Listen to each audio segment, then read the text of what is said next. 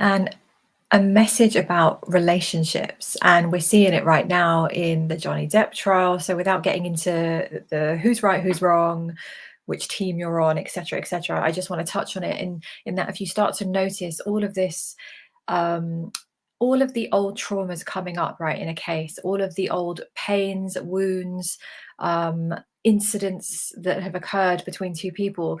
And you can choose to take this information and use it in your own life. And it's so helpful to do that. So, what I want to just draw your attention to is when you're looking back and you're looking back and reflecting on the things that have caused you much pain, and all of us have been there, whether it's in relationships, intimate ones, family relationships, somewhere along the earth journey we've had some kind of interactions, right, with people where we have been wounded, we've felt pain, we've gone through things, maybe we've tolerated abuse or things, coming at us. Maybe we've participated in whatever we've participated in.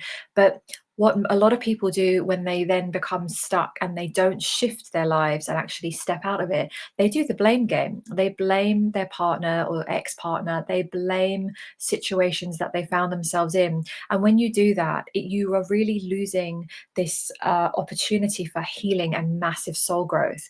So I've been interested as I've been watching bits of, this kind of play out on the world stage on this massive public trial. And I was just looking at it thinking, this is such an opportunity, right, for soul growth and healing. So let's take Johnny Depp, for example. If he chose to do the kind of bitterness, vindictive energy and hold on to that, let's say once the trial is over, and he just doesn't process anything, just moves on to the next thing and just kind of carries on with his life. That's a choice, right?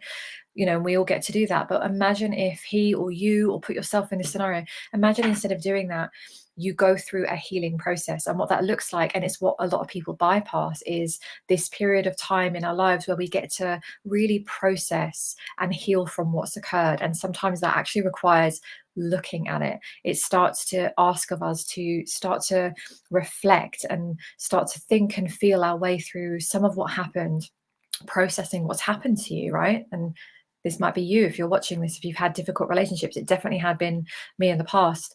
And when you allow yourself to process it, not only are you doing that and you're not blaming, and you're actually instead taking responsibility. And I'm saying that again, I have been in abusive situations. I understand this fully. I'm talking about taking responsibility for the fact that you were involved in that situation. Often it's, we allowed that situation to continue. We allowed the dynamic to carry on. We allowed ourselves to abandon our own needs or whatever our version is. But when we understand, we played in that water. Okay, now by processing and releasing it, we get to shift and make another choice. And often when you go through a big, whether it's a court case or some kind of dramatic thing, for some people it's divorces, separations from loved ones, or big life events, it allows you to take stock. But if you absolutely give yourself the time of healing and growth, then what happens is the magical part is when you start to see what's occurred, and then you go a level up.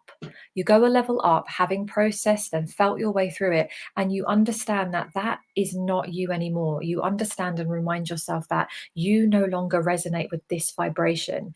Let's take relationships. You no longer resonate with being treated in this way or having this kind of dynamic. And when you do that, at the same time, this is what I did as well, you align yourself with a different frequency. And then when you're operating on a different frequency, it's a universal law, you're going to gravitate towards those things on that frequency. And that's what allows you to stop recreating the old patterns and start to shift into something else.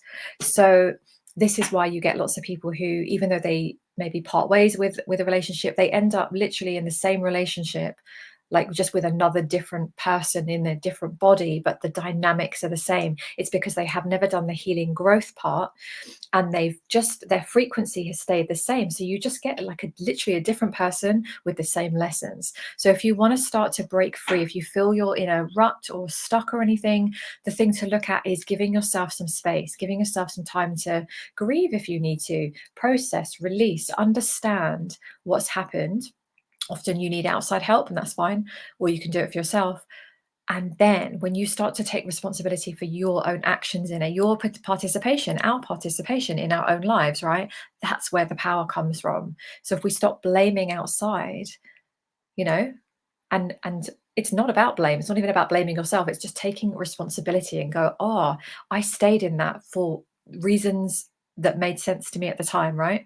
I stayed in that because I was scared. I allowed that behavior, even though I didn't want it, whatever it is. But there's such opportunity for growth. So I wanted to share that message with you to remind you you're never stuck. You're never stuck where you are. It's just what is required is we've got to get out of the broken record, stuck energy that keeps us vibrating at the same level and on the same frequency. And when we stay at this frequency, we have a repetition. It's like Groundhog Day, same scenario, same pattern. Here we go again. And now it's time to break free of that. And when you do that, magic happens.